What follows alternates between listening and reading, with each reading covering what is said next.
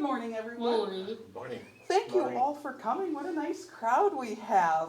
Isn't the topic fun? I'm like the Hatpin panic. Menace, I think you had told me. There's in one. I'm panic, like, menace, they called it all sorts of So, stuff. We're glad you all came, and thank everybody that is joining us or watching us on our YouTube video later. It is my pleasure to welcome Mary Schwebach as our guest presenter for our coffee talk with her titled American Women Armed and Fashionable. So we'll turn it over to Mary. Thank you. To set the stage of what I'm going to talk about today, I want to read this article.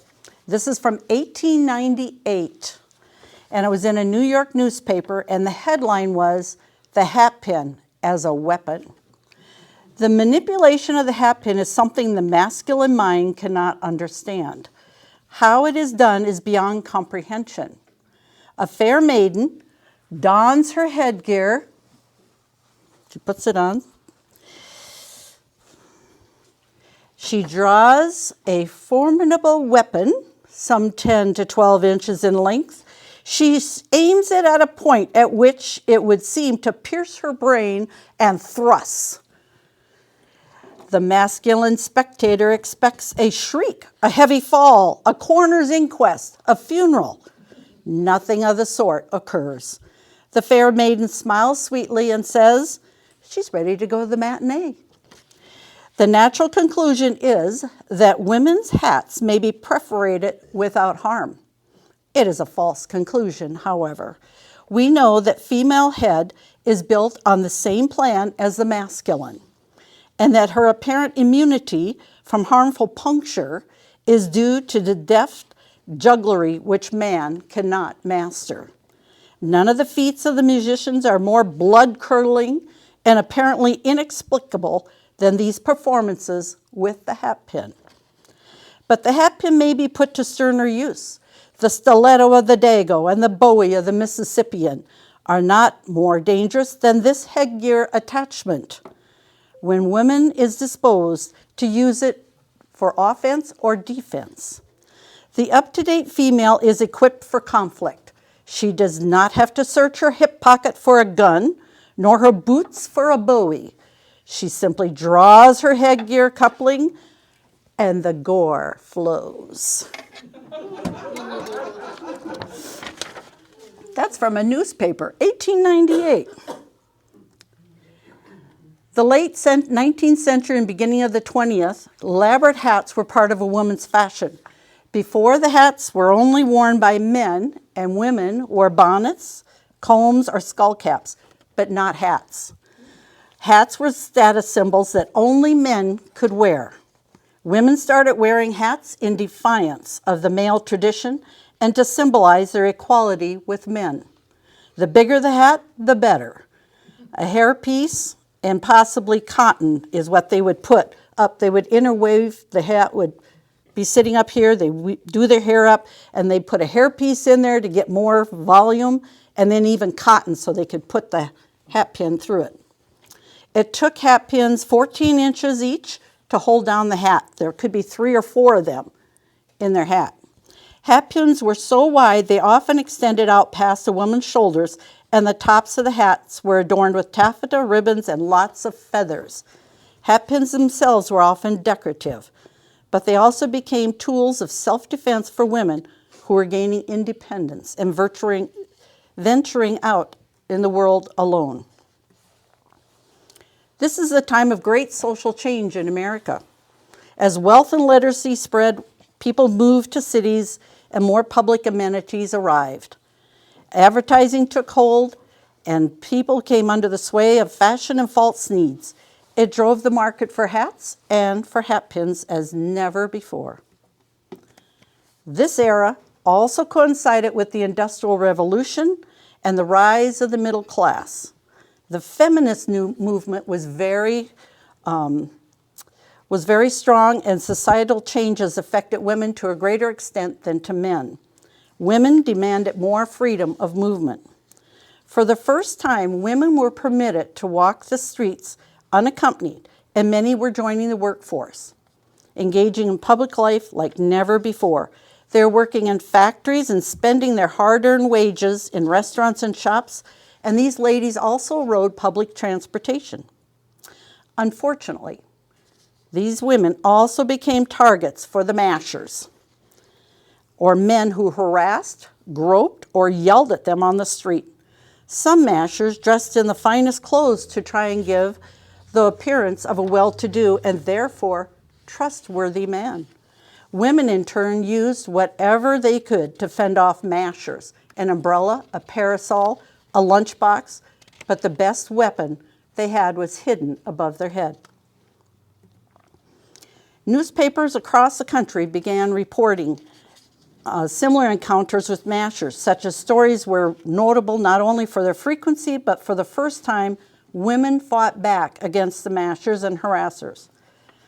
And they regarded as heroes, not as comic characters. Society was transitioning slowly but surely, and expecting and advocating women dependence on men to recognize their desire and ability to defend themselves. As women's hats, large hats became more and more commonplace, at the turn of the century, social norms were changing.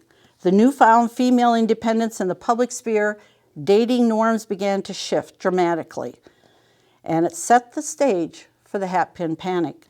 Traditionally, a potential suitor would court a woman in her home under the watchful eye of her parents.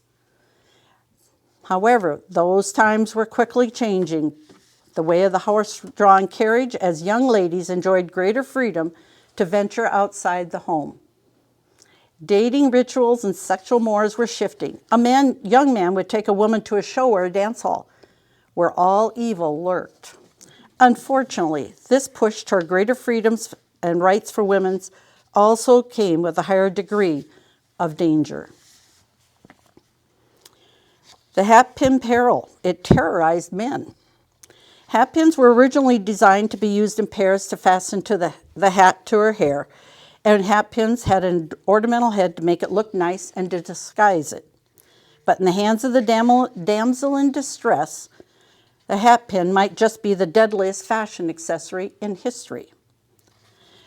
As an example, there was a young woman in 1895 traveled from San Francisco to New York City to study art. When she rode the subways into the city from Newark, she was shocked by the behavior of the East Coast mashers. Of course, you know that a woman can't go out alone without any degree of comfort when she gets away from Western chivalry, she reported.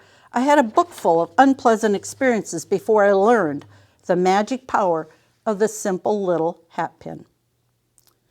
In 1909, the Oregon Daily Journal described women's hats had grown larger and larger, reaching comical proportions. As such, they were often adorned with long needles. The hatpins, this is from the newspaper, the hatpins are 20 inches long, bristling out like quills from the frightful porcupine, made sharp and long with heads like stiletto handles and points like the tips of a mafia knife. For all their utility, the hatpin was most of all an unexpected consequence of the extraordinary hat. To represent one's social status, a prominent woman purchased the hat with jewelry or feathers of rare birds atop it. Fashionistas of the time favored hats with real plumage, which led to the slaughter of thousands, even millions, of birds every year. Lobbyists called for an end to this needless killing, lest the birds go extinct. So in 1918, the Migratory Bird Treaty Act made it illegal to kill, sell, or transport certain birds and feathers. With these hats, with these large elaborate hats becoming all the rage and women's fashion, and to keep one's hat and hair in place, the answer was the beautiful hatpin.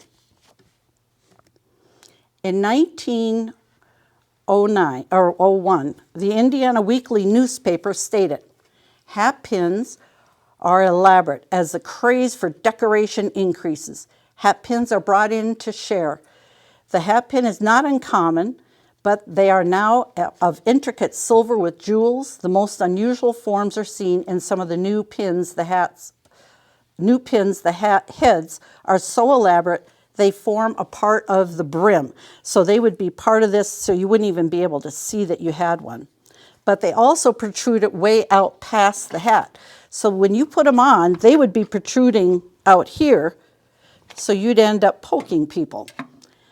But they were also made of rich and precious semi-stones, gold, silver. So these were kind of spendy little hat pins on some people.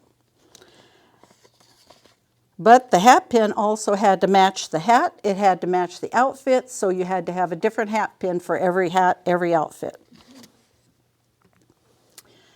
The New York Tribune published an instructional story about how to use hat pins as self-defense. That was reprinted in several other newspapers. It argued that hat pins were better weapons for women than guns. Ultimately, it sought the answer to the question, what then can be provided for her, the woman, that will be formidable to a foe, yet absolutely safe, so far as she is concerned and ever ready at hand, whether wanted to use or not? While most women would shrink from pulling out a revolver, it is an innocent act to put the hand to the hat and draw out her stiletto-like hat pins.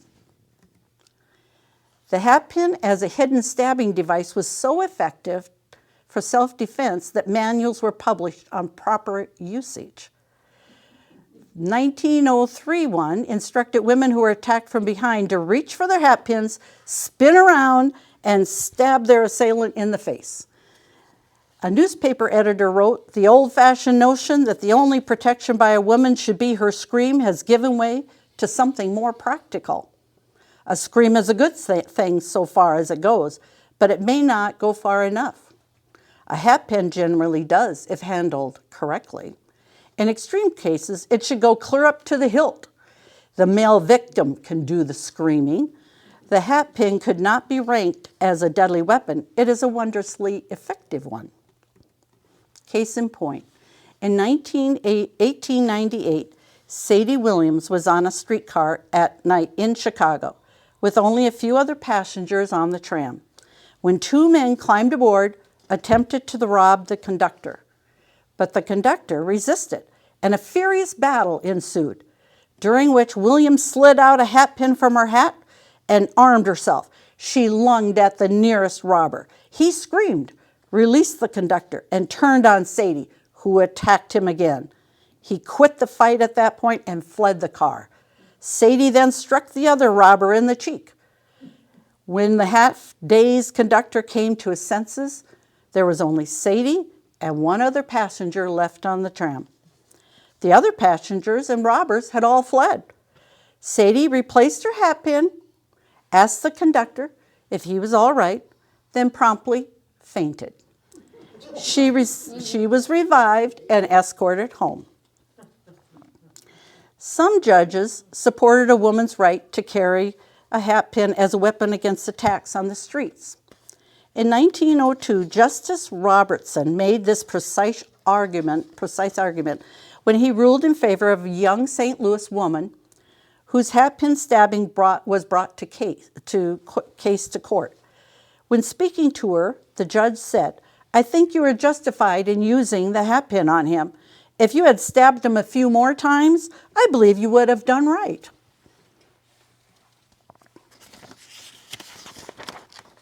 Sharing public transportation with women could prove hazardous to one's health, as passengers often had to dodge the pin to prevent bodily injury. These feminine adornments poked many eyes and shoulder stabbed many.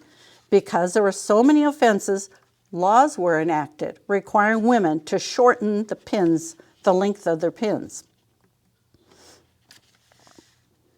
On the afternoon of May 27, 1903, Lottie Baker, a young Kansan touring New York City, boarded a Fifth Avenue stagecoach at 23rd Street and settled in for the ride. The coach was crowded, and when it jostled, she noticed the man next to her settled himself an inch closer to her. She made a silent assessment. Elderly, elegantly dressed, benevolent looking, the horse picked up speed, and the stage jumped, tossing the passengers at one another again. And now the man was touching her, shoulder to shoulder, hip to hip. When he lifted his arm and draped it low across her back, Liddy had enough. In a move that would thrill victims of modern-day subway harassment, she reached for her hatpin, nearly a foot long, and plunged it into the meat of his arm. He let out a terrible scream and left the coach the next stop. She told the New York World newspaper, "He was such a nice-looking old gentleman. I was sorry to hurt him. I've heard about Broadway mashers and L mashers, but I didn't know Fifth Avenue had a particular brand of its own. If a New York woman will tolerate mashing, Kansas girls will not." Tales abounded of innocent men, not mashers, they who fell victim to the hatpin peril. A 19-year-old girl in Scranton playfully thrust her hatpin at her boyfriend and fatally pierced his heart. A young New York streetcar passenger felt a sharp pain behind his ear, an accidental prick from a stranger's hatpin, and within a week fell into a coma and died. Also in New York, 100 female factory workers, all wielding hatpins, attacked police officers who arrested 2 of their comrades for making allegedly radical speeches.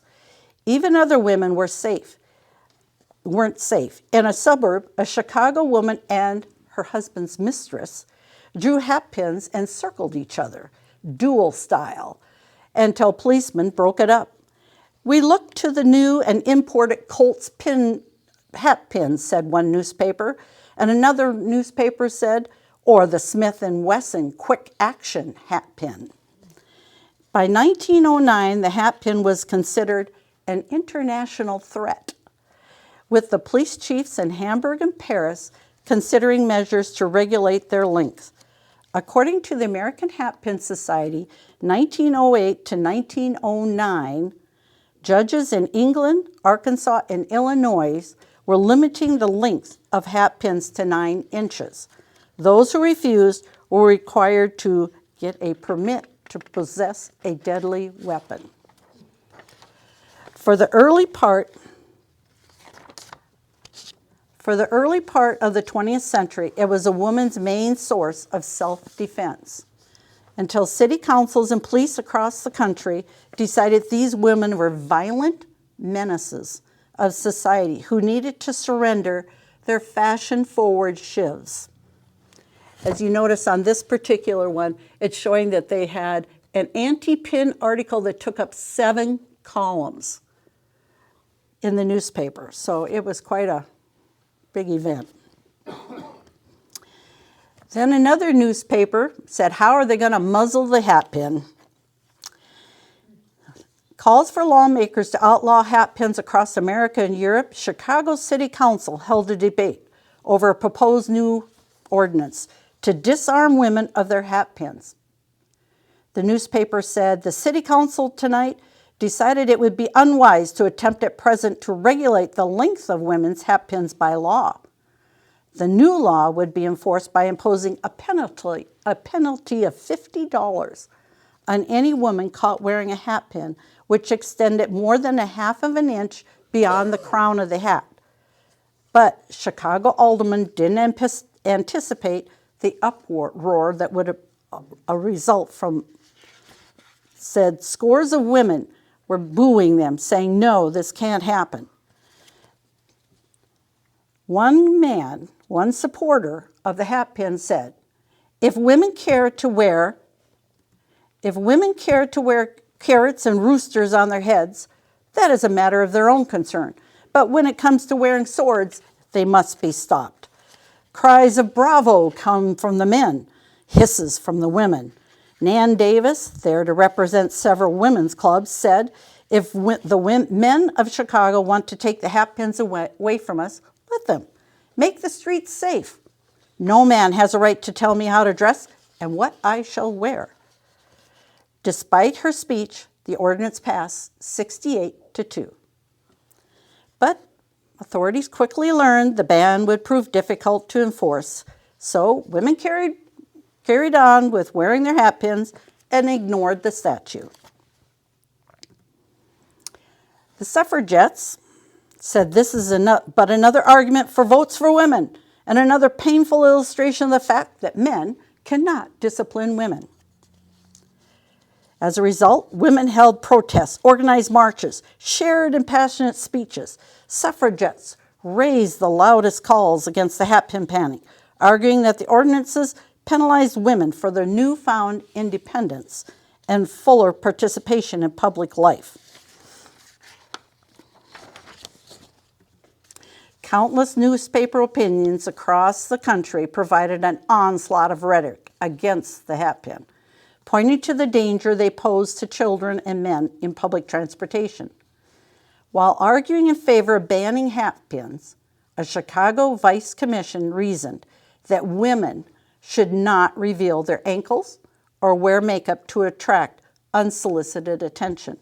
After banning their only defensive weapon, this all-male board then took the time to lecture women on how not to be assaulted and ended with, "It's those darn ankles, you tramps."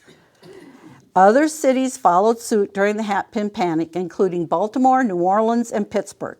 Chicago and New Orleans still have on the books laws calling for a maximum fine of $50 for anyone wearing a hatpin that protrudes more than a half of an inch out of the hat.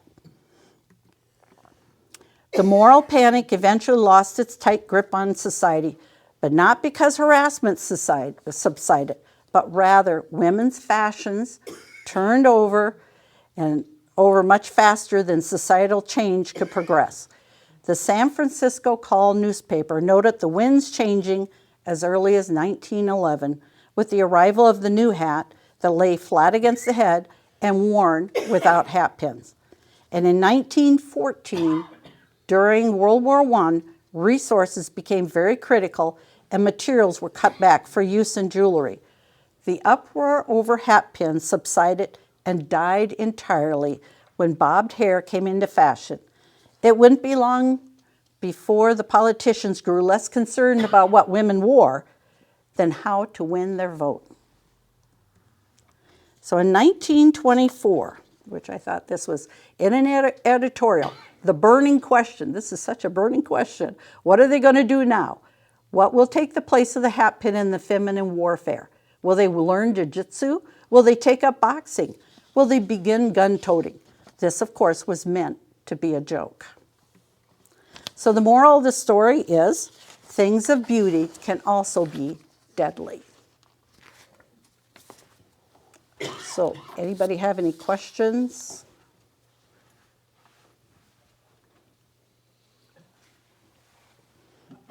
How did the name Masher? How did what? What, the name Masher, how did that come about? I'm not for sure how the name Masher came about. Maybe it was because they were kind of getting up against them or something. I have no idea. Maybe it was a nice way of saying it. But, you know, it's an interesting, the mashers. A lot of the articles, that's what they start calling it, was mashers. So, but there are lots of different kinds of hat pins. Like this one here, it came with a compact, and they called those the vanity hat pins. So there was, you could powder puff in here. And then this one, because when they went to the theater and their hats were so big, people couldn't see around them. Wow.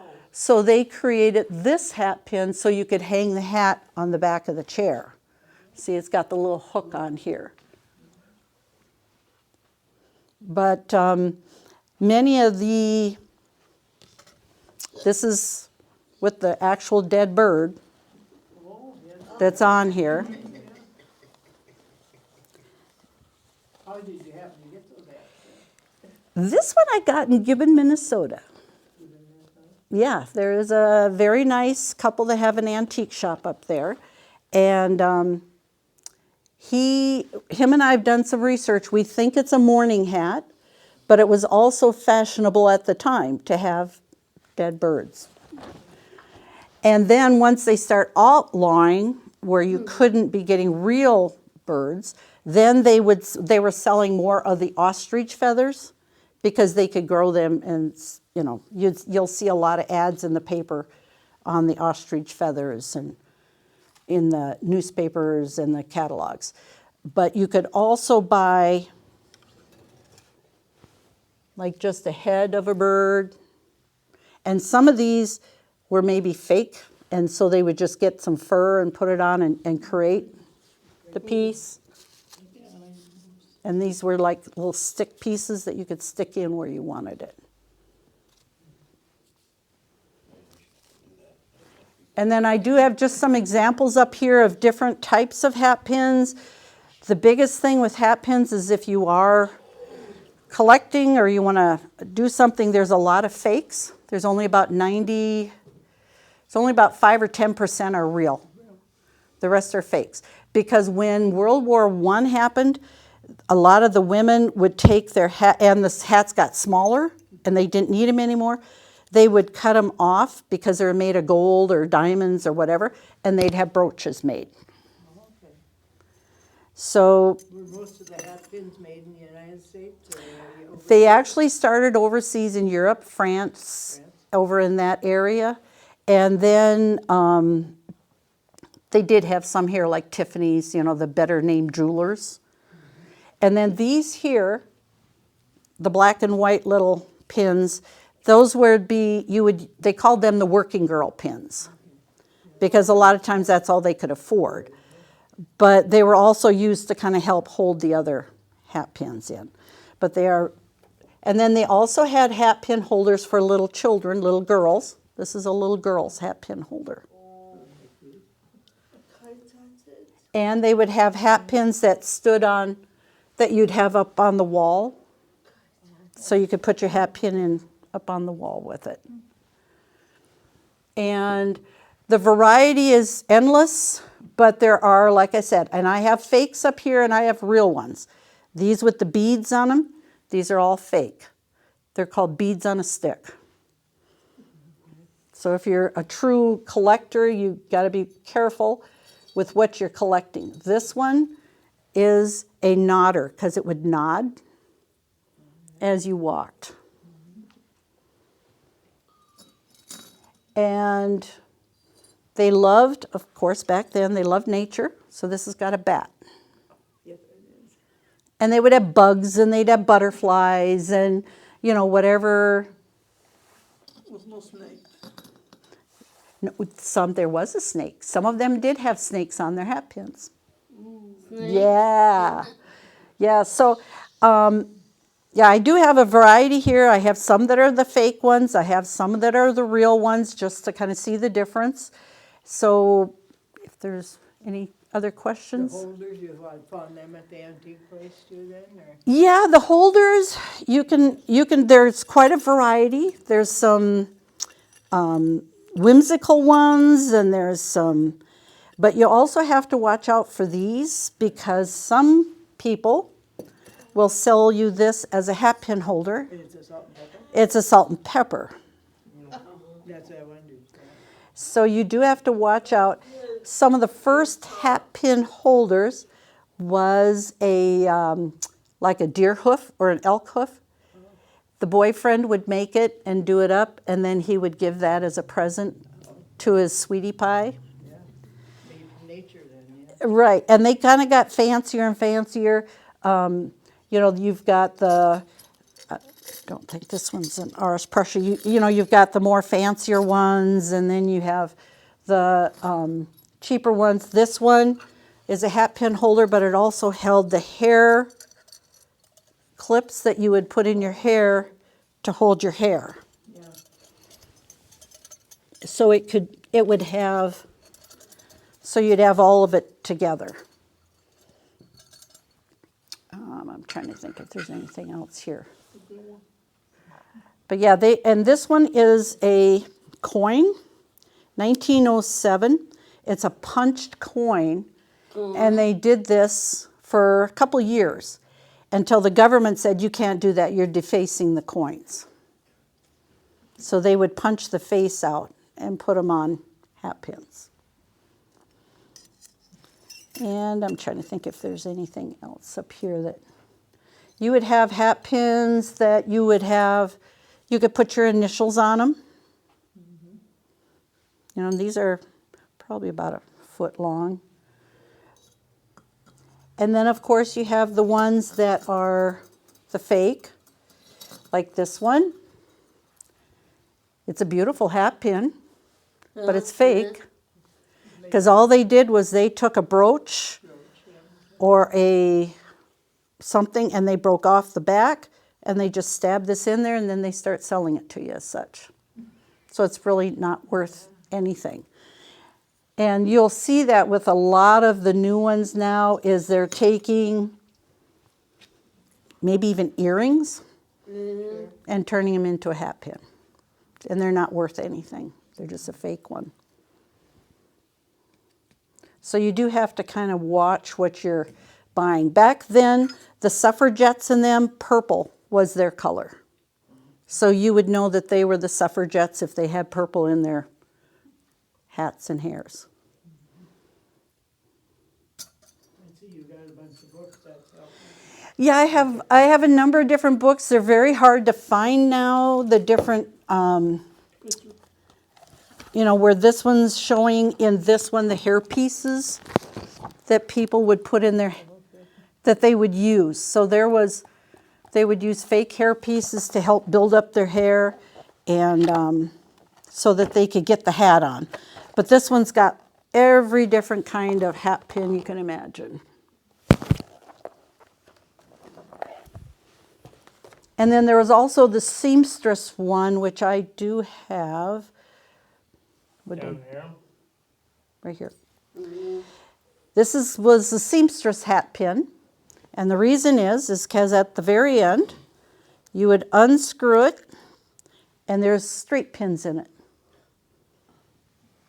So she would have it in her hat. She could pull it out if she needed straight pins to attach them.